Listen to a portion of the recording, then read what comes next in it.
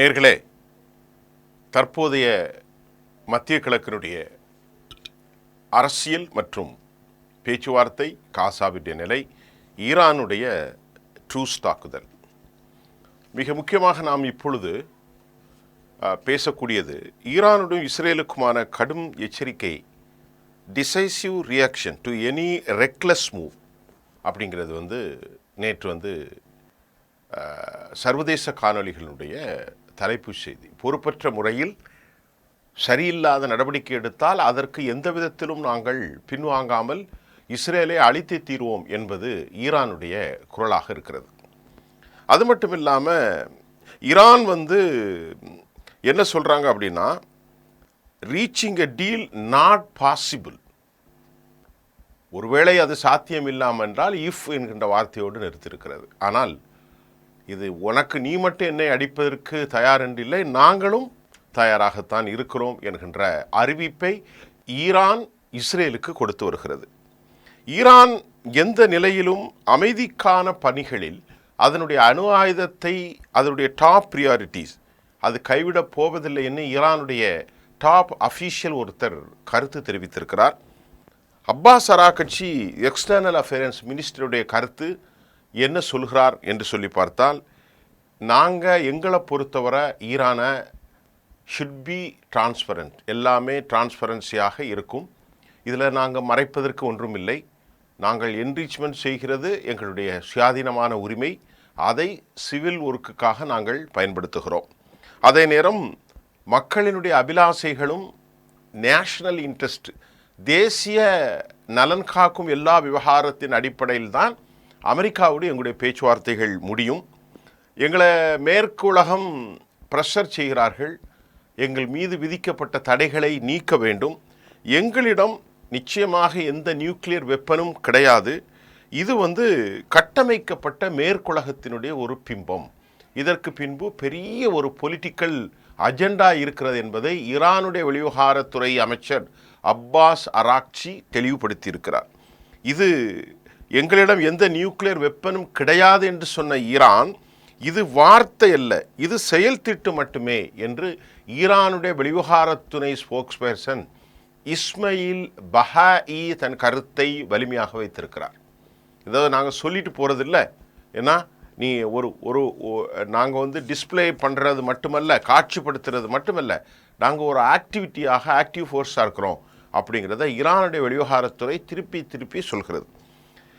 அது மட்டும் இல்லாமல் எங்கள் மீதான தடையை நீக்கும் விவகாரத்தில் அமெரிக்கா இதுவரை சரி அப்படி பண்ணால் நான் உங்கள் மீது இருக்கக்கூடிய எல்லாம் லிஃப்ட் பண்ணுவேன்னு அமெரிக்கா எங்கள் மீது உறுதியான கருத்தை ஏன் வைக்கவில்லை? நீங்கள் என்ரிச்மெண்ட் பண்ணுறத, அதாவது சென்ட்ரிஃபிகேட், அதாவது இதெல்லாம் கைவிடுங்கள், நாங்கள் உங்களுடைய பணம் பில்லியன் கணக்கில் உலகம் முழுவதும் கிடக்குதில்லை, அவ்வளோத்தையும் உங்களுடைய இதுக்கு வருவதற்கு நாங்கள் உத்தரவாதம் தருகிறோம் என அமெரிக்கா ஏன் சொல்ல மறுக்கிறது என்ற கேள்வியும் ஈரான் எழுப்பியிருக்கிறது. அது மட்டும் இல்லாமல் பிரிட்டா பாரத் நியூஸில் ஸ்டீவ் விட்காஃப் தனது கருத்தை என்ன சொல்லியிருக்கிறார்னா, மறுபடியும் அமெரிக்காவினுடைய நோ என்ரிச்மெண்ட், இது எங்களுடைய ரெட் லைன், இதுதான் முதல்ல, நான் பண்ண மாட்டேன், மற்றது அப்புறம் பேசிக்கலாம் அப்படிங்கிறது தான் அமெரிக்காவினுடைய ஒரு வலிமையான கருத்தாக இருக்கின்றது. அமெரிக்காவுடைய இந்த ப்ரொபோசல் எல்லா விதங்களிலும் நிறுத்தப்பட வேண்டும் என்பதில் அமெரிக்கா உறுதியாக தன் கருத்தை வைத்து கொண்டே இருக்கிறார்கள். அது மட்டும் இல்லாமல் இரண்டாவதாக இந்த ரீஜனல் பவர்ஸ் சொல்லக்கூடிய ப்ராக்சிகள், அவர்களுக்கும் இந்த பேச்சுவார்த்தையினூடே உங்கள் ஆயுத சப்ளையை நீங்கள் இருக்கக்கூடாது என்ற அடிஷ்னல் கண்டிஷன், அதற்கு பின்பு பலிஸ்டிக்ஸ் ஏவுகணைகள், இது அன்று பேசப்பட்டது, இப்போது அதையெல்லாம் பின்னால் தள்ளிவிட்டு முக்கியமாக இந்த 3.6 விழுக்காடு கூட இருக்கக்கூடாது, அவ்வளோதான், எதுவுமே இருக்கக்கூடாது, அப்படியே கம்ப்ளீட்டாக தொடச்சி எடுத்துகிட்டு போயிடணும், எதுவும் ஒரு சின்ன ஃபில் கூட இருக்கக்கூடாது, அப்படி தான் அமெரிக்காவினுடைய கண்டிஷன். ஈரான் என்ன சொல்லுதுன்னா, ஈரானுக்கு தேவை ஏற்பட்டால் அது ஈரான் மண்ணில் ஒருபோதும் நாங்கள் அனுமதிக்க மாட்டோம். ஒருவேளை மார்க்கோ ரூபியோ சொன்ன மாதிரி இந்த ஸ்டாக் பைல்ஸ், அணு ஆயுதங்களுடைய அந்த வில்லைகளை இம்போர்ட் செய்து சிவில் ஒர்க்கு, மக்கள் தேவைக்காக நீங்கள் பயன்படுத்திக் கொள்ளலாம் என்ற மாதிரி ஒரு விவகாரத்தை 3-4 வாரங்களுக்கு முன்பு சொல்லியிருந்தார். 3 வாரம் இருக்கும். ஆனால் இப்பொழுது அதை பற்றி 2வது பேசலாம். முதலில் உனது நாட்டிலே நீ உற்பத்தி செய்யக்கூடாதுங்கிறது தான் அமெரிக்காவினுடைய இது. அணு ஆயுதம்ங்கிறதே இருக்கக்கூடாது. அது 3.6 இல்லை 1% கூட இருக்கக்கூடாது. ஆனால் the consortium proposals can is no way. எங்களை பொறுத்தவரை இந்த கூட்டமைப்புகளுடைய நடவடிக்கைகள் என்பது 2வது வழி. எங்களுடைய தேவைகளை நாங்கள் எங்கள் மண்ணில் உருவாக்க வேண்டும். நீ ஐஏயா இருந்தாலும் சரி, மற்ற அணு ஆயுத கூட்டமைப்புகள்லாம் வச்சு முடிவுகள் எடுத்தாலும் இந்த மண்ணில் நாங்கள் உற்பத்தி செய்யணுங்கிறதான் ஈரானுடைய நிலைப்பாடு. ஏற்றுக்கொள்ளவதும் ஏற்றுக்கொள்ள மறுப்பு குறித்து ஈரான் அவர்கள் 2வது இந்த ப்ரொபோசல் ஒன்று கொடுத்துருக்குறாங்க. அது குறித்து செய்திகள் வந்தாலும் அதுவும் இதைத்தான் வலியுறுத்துவதாக நாம் அறிந்து கொள்ள முடிகிறது. ஓமனுடைய என்வே ரகசியமாக ஒரு கடிதாசி கொடுத்தார் என்று நேற்று நான் சொன்னேன். அந்த செய்தியிலும் அமெரிக்கா இதைத்தான் சொல்லியிருக்கிறார்கள். ஆனால் எந்த செய்தியிலும் இந்த ரகசிய கடிதாசியிலும் நீங்கள் இதை செய்தால் முழுமையான பொருளாதாரத்தை நீக்கி உங்களை நாங்கள் வலிமைப்படுத்துவோம் என்ற எந்த கருத்தையும் அமெரிக்கா வைக்கலைங்கிறது மட்டும் அப்பாஸ் அராக்சி, இஸ்மாயில் பஹாயுடைய கருத்துக்கள் நமக்கு தெளிவாக இருக்கிறது. உங்களுக்கு புரிகிறதா? அது மட்டும் இல்லாமல் இன்னொரு விவகாரம் என்னன்னா, இஸ்மாயில் பஹா என்ன சொல்லியிருக்கிறார், ஒவ்வொரு ப்ரப்போஸ் த மஸ்ட் பி ரொம்ப கேர்ஃபுல்லாக எக்ஸாமைன் பண்ணுறோம். அவர்கள் கொடுத்திருக்கக்கூடிய ஒவ்வொரு விவகாரத்தையும் துல்லியமாக ஒவ்வொரு எழுத்துக்களையும் நாங்கள் ஆய்வு செய்கிறோம். அது ஒரு லெஜிட்டிமசி, சட்ட வரையறை மற்றும் எங்களுடைய தேசிய இன்ட்ரெஸ்ட் இதையெல்லாம் நாங்கள் கையில் கொடுத்து வைத்திருக்கிறோம். அதை கவனமாக பரிசீலிக்கிறோம். ஏதோ எதிர்முனையிலிருந்து வந்தார்கள் என்று தூக்கி போடவில்லை. ரொம்ப கவனமாக பரிசீலிக்கிறோம். நாங்கள் ஒன்லி எங்களுக்குடைய டொமெஸ்டிக் நீட்ஸ், உள்நாட்டினுடைய தேவைகளுக்கு மட்டும்தான் நாங்கள் இந்த எனர்ஜி பயன்படுத்துகிறோம். இது ஒரு இண்டிஜினியஸ் இன்ஜினியரிங் உற்பத்திக்கான ஒரு முன்னெடுப்பே தவிர வி வில் நாட் அபண்டன்ட். எந்த நேரத்திலையும் இந்த எங்களுக்கு இருக்கக்கூடிய த லெஜிட்டிமேட் ரைட்ஸை ஒருபோதும் நாங்கள் கைவிடப் போவதில்லை என ஈரான் தெளிவுபடுத்தியிருக்கிற செய்தியும் நான் உங்களுக்கு சொல்லிக் கொள்கிறேன். அமெரிக்காவினுடைய இந்த கடிதாசியில் இவர்களுக்கு சாத்தியமானது ஒரு நிலை இல்லை என்பது அவர்கள் வெளிப்படுத்தாமல் நாங்கள் அறிந்து கொள்ள முடியக்கூடியதாக இருக்கிறது. அந்த கடிதாசியில் என்ன இருக்கிறது, ஓமன் கொடுத்த ஸ்பெஷல் கடிதாசியில் ஒரு ஸ்பெஷல் ப்ரொபோசலில் என்ன இருக்குங்கிறதை தாண்டி ஈரானுடைய ஒரு பேச்சினூடே இதில் எந்த விதமான பாசிட்டிவான எஃபெக்ட் ஒன்றும் இல்லை என்பதை நாங்கள் அண்டர்ஸ்டாண்ட் பண்ணுவதற்கு முடிகிறது. யூஎன் ரிப்போர்ட் ஈரான் முழுமையாக நிராகரித்திருக்கிறார்கள். நாம் ஏற்கனவே சொன்னதை போன்று யூஎன் ரிப்போர்ட்டை தான் பயன்படுத்தி ஒரு மித்தை உருவாக்குகிறார்கள். ஒரு illusion has to be created, ஒரு மாய பிம்பத்தை அவர்கள் கட்டமைக்கிறார்கள் என்று இந்த ஸ்டேட்மெண்ட்டை ரிவீல் பண்ணிக்கிட்டு இருக்கிறாங்க ஈரான். அப்போ ஈரான் என்ன சொல்லுது, it's would retaliate if European power and highly enriched uranium. Iran நிராகரித்தது மட்டுமல்லாமல் இஸ்ரேல் ஃபேப்ரிகேட் பண்ணுறாங்க. Nuclear weapons allegation to manipulated US the foreign policy என்பதையும் 2 குற்றச்சாட்டுகளும் அவர்கள் வைத்திருக்கிறார்கள்.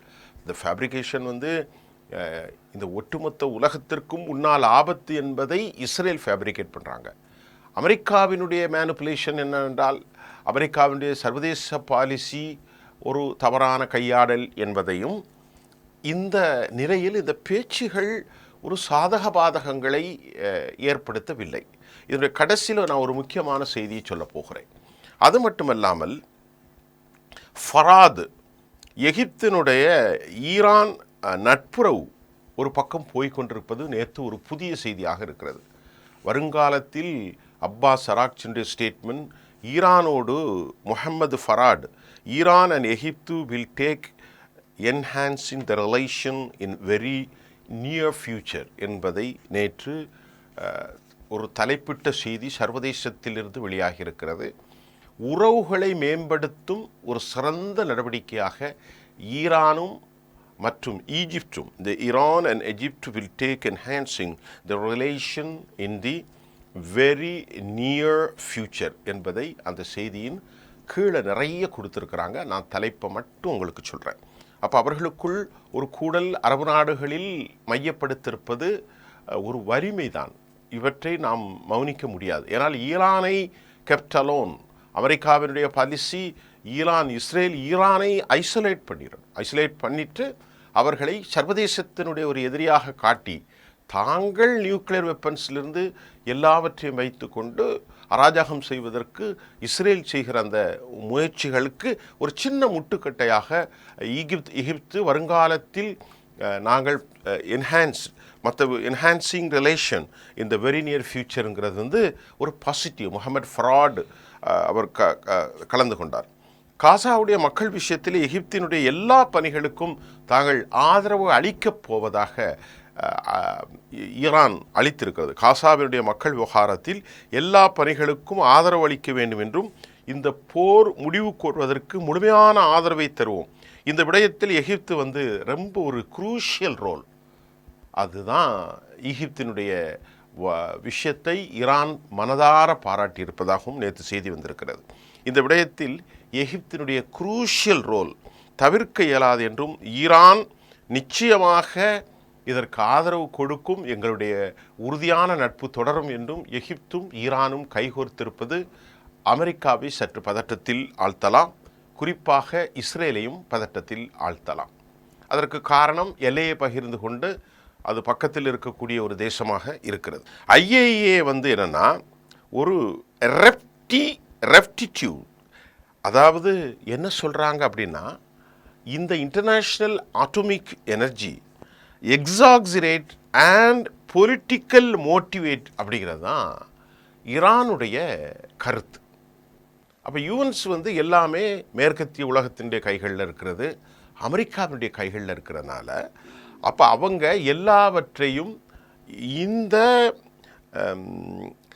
ரெப்டிடிவ்ஸ் எக்ஸாக்ஸிரேட்டட் அண்ட் பொலிட்டிக்கல் மோட்டிவேட்டட் அப்படிங்கிறத ஈரான் இது குறித்து அவர்களை புறந்தள்ளிட்டாங்க, அந்த அறிக்கையை புறந்தள்ளி இருக்கிறாங்க. இஸ்ரேல் ஈரான் மீது இராணுவ நடவடிக்கையை ஒட்டுமொத்தமாக கன்சாலிடேட், அதாவது உருவாக்கி ஈரானின் மீது தாக்குதல் நடத்துவதற்கு இன்ஸ்டிகேட் ஆபரேஷன் ப்ரோவோக் ஆக்டிவிட்டீஸை செய்வதாகவும் கூட இஸ்ரேல் மீது கடும் குற்றச்சாட்டை ஈரான் வைத்திருக்கிறது. ஐஏஇஏ ஒரு மிகைப்படுத்தப்பட்ட செய்தியை சர்வதேசத்திற்கு கொடுக்கிறது என்று ஈரான் இதை கடும் கண்டனம் செய்கிறது. அதே மட்டுமல்லாமல் ஈரான் அமெரிக்கா இஸ்ரேல் அமெரிக்கா இல்லாமல் திணறக்கூடிய ஒரு சூழ்நிலையில் எப்படியாவது இந்த பேச்சுவார்த்தையை தடை செய்து தங்கள் தாக்குதலுக்கு அமெரிக்காவை தங்களோடு சேர்த்து கொள்வதற்கு எல்லா விதத்திலும் முயற்சி செய்வதையும் ஈரான் சுட்டிக்காட்டும். அதே நேரத்தில் 6ஆம் கட்ட பேச்சுவார்த்தை தொடர இருக்கின்ற ஒரு செய்தியும் நாம் பார்க்க இருக்கிறோம். இதற்கிடையிலே காசாவில் நேற்று நடந்த சம்பவங்களை நாம் சொல்லி ஆக வேண்டும். காசாவினுடைய மிக முக்கியமாக யாஹூத்தினுடைய அந்த நாளிதழ் 3 ட்ரக் வாகனங்கள் அடித்து நொறுக்கப்பட்டிருக்கிறது. 9 முனை தாக்குதல்களில் பெரிய அளவிற்கு எமக்கு கிடைத்த செய்தி 200க்கும் மேற்பட்ட இஸ்ரேல் படைகள் படுகொலை செய்யப்பட்டிருக்கலாம் அல்லது படுமோசமான காயம் பட்டிருக்கலாம், உறுப்புகளை இழந்திருக்கலாம் என்கின்ற செய்தி வந்திருக்கிறது. இந்த 9 முனை தாக்குதல் பைத்துல் லாஹியா இன்னும் பல பகுதிகளிலே, மத்திய காசா இந்த மாதிரி பல பகுதியிலே நடந்திருக்கலாம். ஆனால் இந்த 3 ட்ரக் அழிக்கல மட்டும் இல்லாமல் 9 முனை தாக்குதல் தனித்தனியாக என்னதான் எக்ஸ்பேண்டிங் வாராக இருந்தாலும் முதல் நிலை தாக்குதலை விட தற்போது 600 நாட்களுக்கு பின்பு ஹமாஸுடைய கைகள் ஓங்கி இருப்பதை நாம் புரிந்து கொள்ள வசதியாக இருக்கிறது. ஏனென்றால் அவர்கள் ஆரம்ப கட்டத்தில் திணறி இருக்கலாம், சில அனுபவங்களை பெற்றிருக்கிறார்கள். இரண்டாவது, வீசப்பட்ட அந்த குண்டுகளுடைய மறுஉருவாக்கம் அவர்களுக்கு வலிமையை தந்திருக்கிறது. மூன்றாவது, சொந்த மண்ணில் இந்த இராணுவ வீரர்கள் அவர்கள் மரணத்திற்கு தயாராக போரிடுகிறார்கள், இவர்கள் உயிருக்கு பயந்து போரிடுகிறார்கள். இந்த அளவுகளை எல்லாம் நாம் பார்க்க வேண்டும். நல்லா கவனிங்க. அவர்கள் மரணத்துக்கு தயாராக போரிடுகிறார்கள், சாவதற்காக ஹமாஸ் போரிடுகிறது, இஸ்ரேலியர்கள் வாழ்வதற்காக போராடுகிறார்கள். இதுதான் விஷயம். இது அணுகுண்டுகளை விட என்ரிச்சி, கழுத, குதிரை எல்லாவற்றையும் விட ஒரு வலிமையான ஆயுதம் என்று நாம் பார்ப்பதற்கு தயாராக இருக்கிறது. அது மட்டுமல்லாமல் இந்த 9 முனை தாக்குதலிலும் ஏற்பட்ட சேதாரத்தை பழிவாங்குவதற்குத்தான் அவர்கள் திடீரென்று வான்படைகளின் மூலமாக பம்பாடன் பெரும் குண்டுகளை போட்டு பெண்கள், குழந்தைகளை எல்லாம் கொலை செய்வது தொடர் நடவடிக்கை. 36 பேர் நேற்று கொலை செய்யப்பட்டிருக்க தினமும்.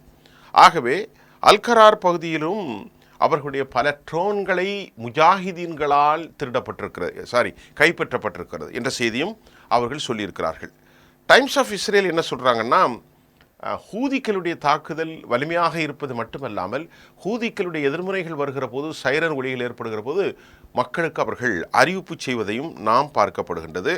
ஹூதிக்கள் கடைசி வரை தாங்கள் ஒருபோதும் இஸ்ரேலை கைவிடப்போவதில்லை, இஸ்ரேல் பொருளாதாரத்தை நசுக்கப் போகிறோம் என்று ஹைஃபாவிலும் ரெட்சி அதாவது செங்கடல் பகுதிகளையும் அவர்கள் அடித்து கொண்டிருக்கிறார்கள்.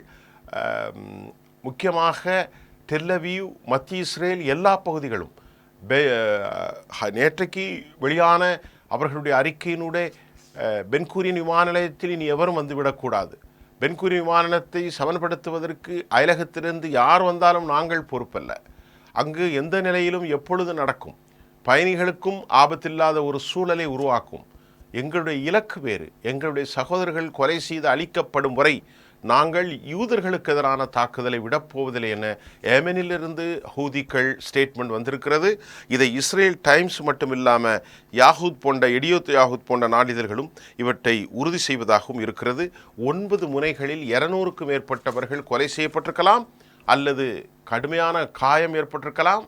அது எத்தனை பேர் இறந்தார்கள் என்ற தகவல் இல்லை, 200 பேர் என்று இறந்திருக்கலாம் என்ற தகவல்கள். பல ட்ரக்குகள் அடித்து நிறுக்கப்பட்டிருக்கிறது. காசாவில் ஹமாஸுடைய கைகள் வலிமையாக ஓங்கியிருக்கிறது.